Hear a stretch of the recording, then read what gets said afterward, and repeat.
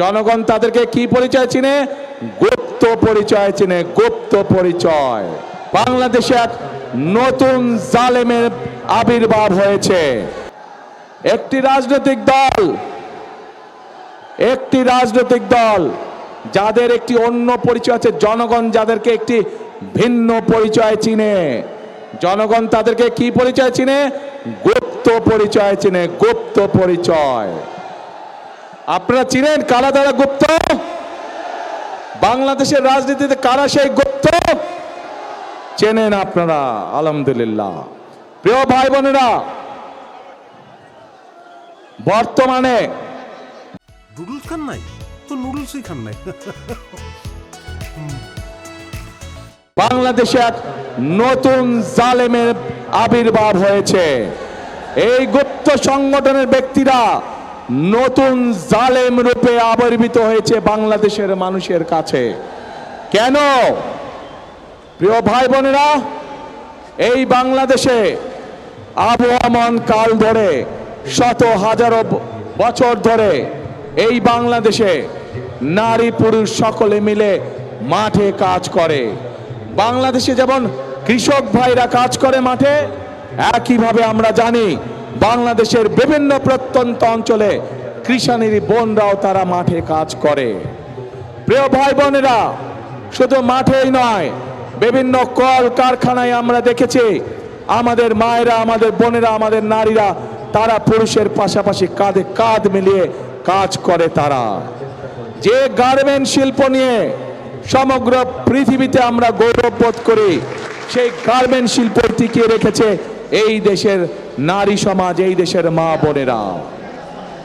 প্রিয় ভাই বোনেরা, আজ আমরা অত্যন্ত কষ্টের সাথে দেখছি, অত্যন্ত ঘৃণার সাথে দেখছি এই যে নতুন জালেম, যাদেরকে মানুষ গুপ্ত হিসাবে চিনে, এই জালেমদের নেতা সে 2 দিন আগে প্রকাশ্যে বলেছে বাংলাদেশের নারীদেরকে সে একটি অত্যন্ত কলঙ্কিত শব্দ দিয়ে ব্যবহার করেছে। প্রিয় ভাই বোনেরা,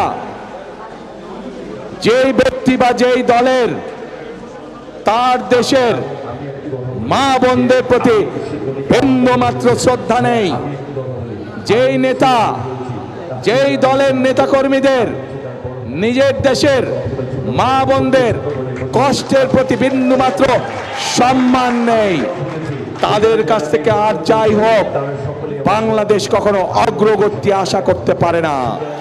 তাদের কাছ থেকে আর যাই হোক বাংলাদেশের মানুষ আত্মসম্মানমূলক কোনো, মর্যাদাপূর্ণ কোনো আচরণ আশা করতে পারে না।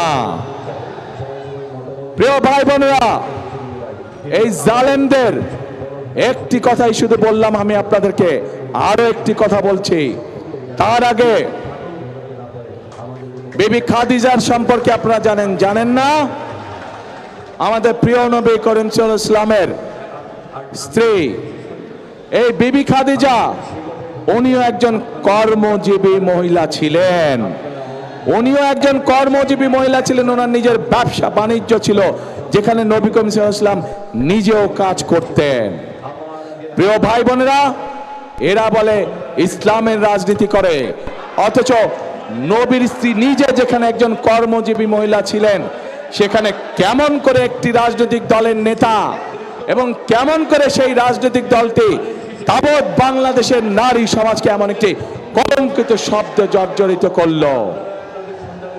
প্রিয় ভাই বোনেরা, বদরের যুদ্ধ নিশ্চয়ই আপনারা জানেন কম বেশি সবাই। সেই বদরের যুদ্ধে হযরত আয়েশা তার নেতৃত্বে পরিচালিত হয়েছিল, তার নেতৃত্বে যুদ্ধের সকল সরঞ্জামাদি সরবরাহ করা হয়েছিল, তার নেতৃত্বে যুদ্ধে যারা আহত হয়েছিল সেই মানুষগুলোকে নার্সিং দেওয়া হয়েছিল, ট্রিটমেন্ট দেওয়া হয়েছিল। কাজে আমরা ইসলাম ধর্ম বলে, আমরা আমাদের দেশের সামাজিক অবস্থান বলে, সকল জায়গায় নারীদের একটি শক্তিশালী অবস্থান আছে এবং আমরা কোনোভাবেই অস্বীকার করতে পারবো না এই নারীদেরকে পেছনে রেখে, এই নারীদেরকে ঘরে বন্দি করে রেখে কোনোভাবেই আমরা বাংলাদেশকে সামনে যেতে পারবো, এটি আমরা কখনোই মনে করি না। এবং সেই জন্যই দেশনেত্রী খালেদা জিয়া যখন দেশ পরিচালনার দায়িত্বে ছিলেন, উনি বাংলাদেশের নারীদের শিক্ষা ব্যবস্থাকে সম্পূর্ণ বিনামূল্যে করে দিয়েছিলেন ইন্টারমিডিয়েট পর্যন্ত। প্রিয় ভাই বোনেরা, আজ সময় এসেছে আমাদেরকে দেশ গড়ার, এবং দেশ যদি গড়তে হয় প্রত্যেকটি নারী পুরুষকে কাঁধে কাঁধ মিলিয়ে কাজ করতে হবে আজকে। তা না হলে এই দেশকে আমরা আমাদের প্রত্যাশিত বাংলাদেশ হিসেবে গড়ে তুলতে পারবো না।